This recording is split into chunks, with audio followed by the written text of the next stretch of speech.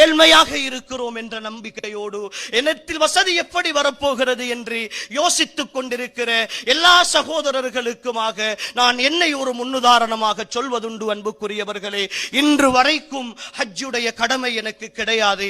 அந்த வாய்ப்பை அந்த பொருளாதார நிலையில் நான் இதுவரைக்கும் இல்லை.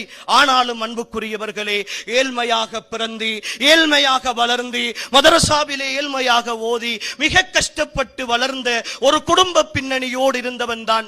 ஆனால் அல்லாஹ் எங்களுக்கு முன்னால் இந்த மிம்பரில் என்னை வைத்திருக்கிற இந்த வேளை அன்புக்குரியவர்களே, பிரார்த்தனை மட்டுமே என்னுடைய மூலதனம்.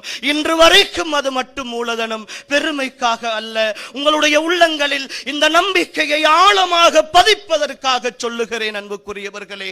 பிரார்த்தனை என்ற அந்த ஆயுதத்தை மட்டும் கையெடுத்ததனுடைய விளைவு 8 ஆண்டுகள் மதீனாவில் வாழுகிற பாக்கியம், 6 ஆண்டுகள் குடும்பத்தோடு வாழுகிற பாக்கியம், 2 குழந்தைகளை அங்கு பெற்றெடுக்கிற பாக்கியம், சுமார் 400க்கும் மேற்பட்ட உம்ராக்கள், 6க்கும் மேற்பட்ட ஹஜ்ஜிகள் நிறைவேற்றுகிற பாக்கியம், மக்கா மதீனாவை சொந்த ஊரை போன்று அத்தனை வரலாற்று தடங்களையும் நேராக சென்று பார்த்து அத்தனை பேருக்கும் வழிகாட்டுகிற ஒரு சந்தர்ப்பம் என்று அல்லாஹ் நிறையவே தந்தான்.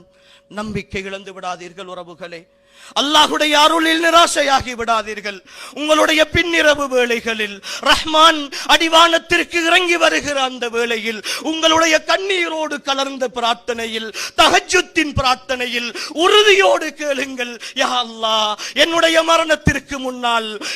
மரணத்திற்கு முன்னால் ரஹ்மானே, இந்த மக்காவையும் மதீனாவையும் அந்த பூமிகளில் சுஜூது செய்கிற, உன் புனித ஸ்தலங்களை பார்க்கிற, உன் கஅபாவை கண்ணார காணுகிற, உன் கஅபாவின் முன்னால் ஒரு தடவையேனும் சுஜூது செய்கிற அந்த பாக்கியத்தை தந்து விடு ரஹ்மானே என்று ஆழமான நம்பிக்கையோடு கேளுங்கள் உறவுகளே.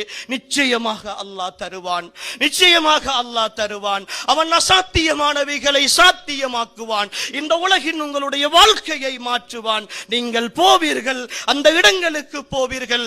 எத்தனையோ ஏழைகளை சந்தித்திருக்கிறோம். கொஞ்சம் கொஞ்சமாக காசு சேர்த்தோம், கொஞ்சம் கொஞ்சமாக சேர்த்தோம், அல்லாஹ் அருள் செய்தான், வந்திருக்கிறோம் என்று பெருமிதமாக சொன்ன எத்தனையோ பேரை அந்த பூமியின் நிலத்திலே இருந்து சந்தித்திருக்கிறோம், சந்தோஷமாக வாழ்த்தி இருக்கிறோம். அன்புக்குரியவர்களே, அல்லாஹ் பிச்சைக்காரன் அல்ல.